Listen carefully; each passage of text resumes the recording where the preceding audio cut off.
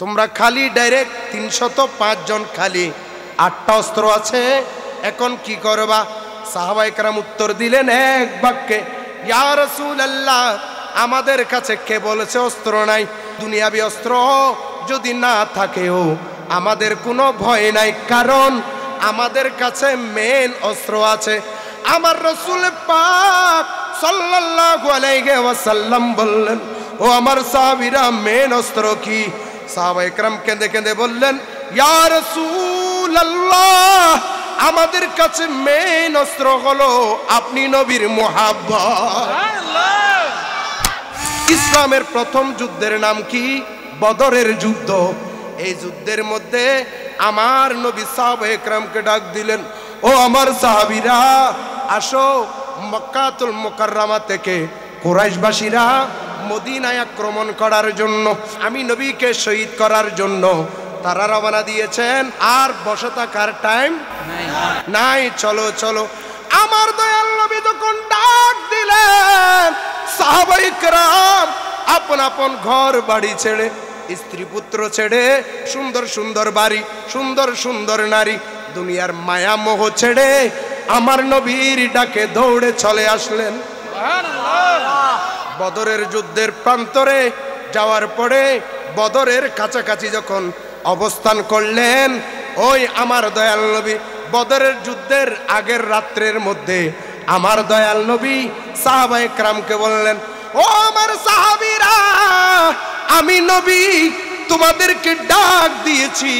ডাক দেওয়ার সাথে সাথে তোমরা তো চলে এসেছো, এখন তোমরা কয়জন দেখো? গুনে দেখলেন 313 জন। 300। এখন তোমাদের অস্ত্র বের করো, তোমাদের কাছে কি অস্ত্র আছে? তোমরা যে দৌড়ে চলে আসছো, এখন যুদ্ধ করার জন্য কি লাগবে? বলেন না, কি লাগবে? অস্ত্র লাগবে কি লাগবে না?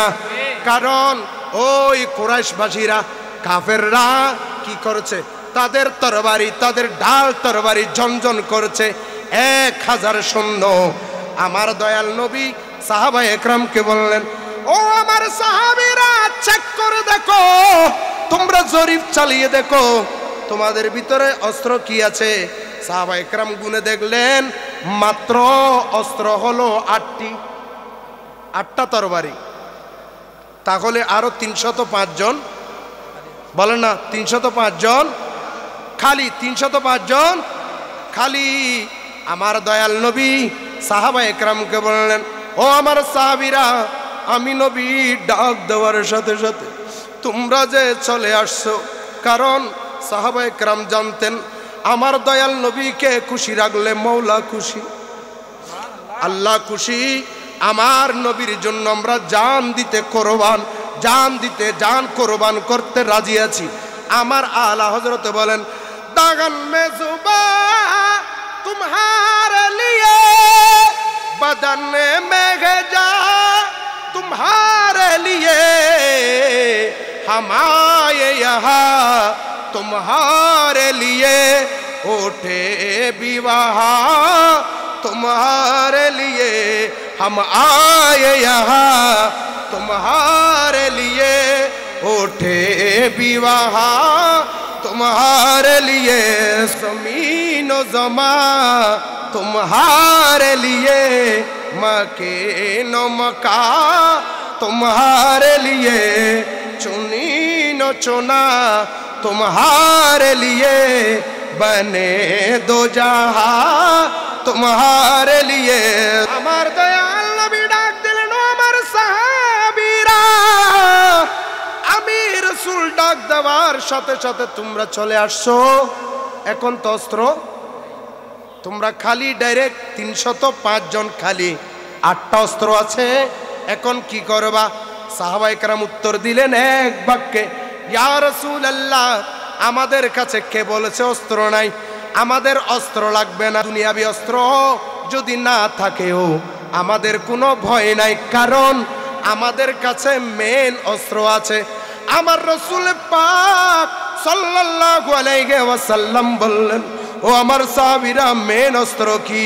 সাহাবায়ে কেরাম কেঁদে কেঁদে বললেন, ইয়া রাসূলুল্লাহ, আমাদের কাছে মেইন অস্ত্র হলো আপনি নবীর মুহাব্বত।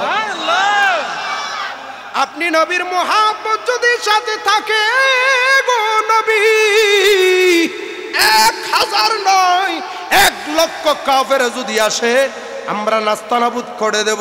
ইয়া রাসূলুল্লাহ, আপনার দয়া আপনার মায়া আমাদের উপরে থাকলে এটা আমাদের মেন অস্ত্র।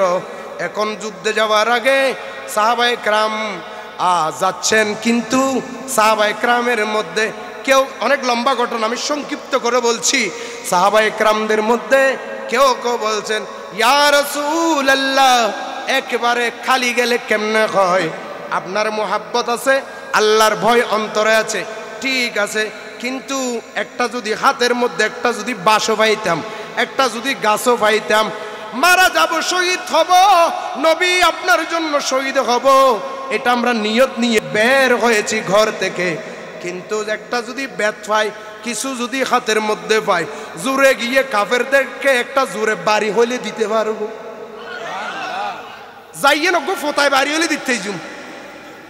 হ্যাঁ ইয়া রাসূলুল্লাহ, একেবারে খালি গেলে কেমনে হয়?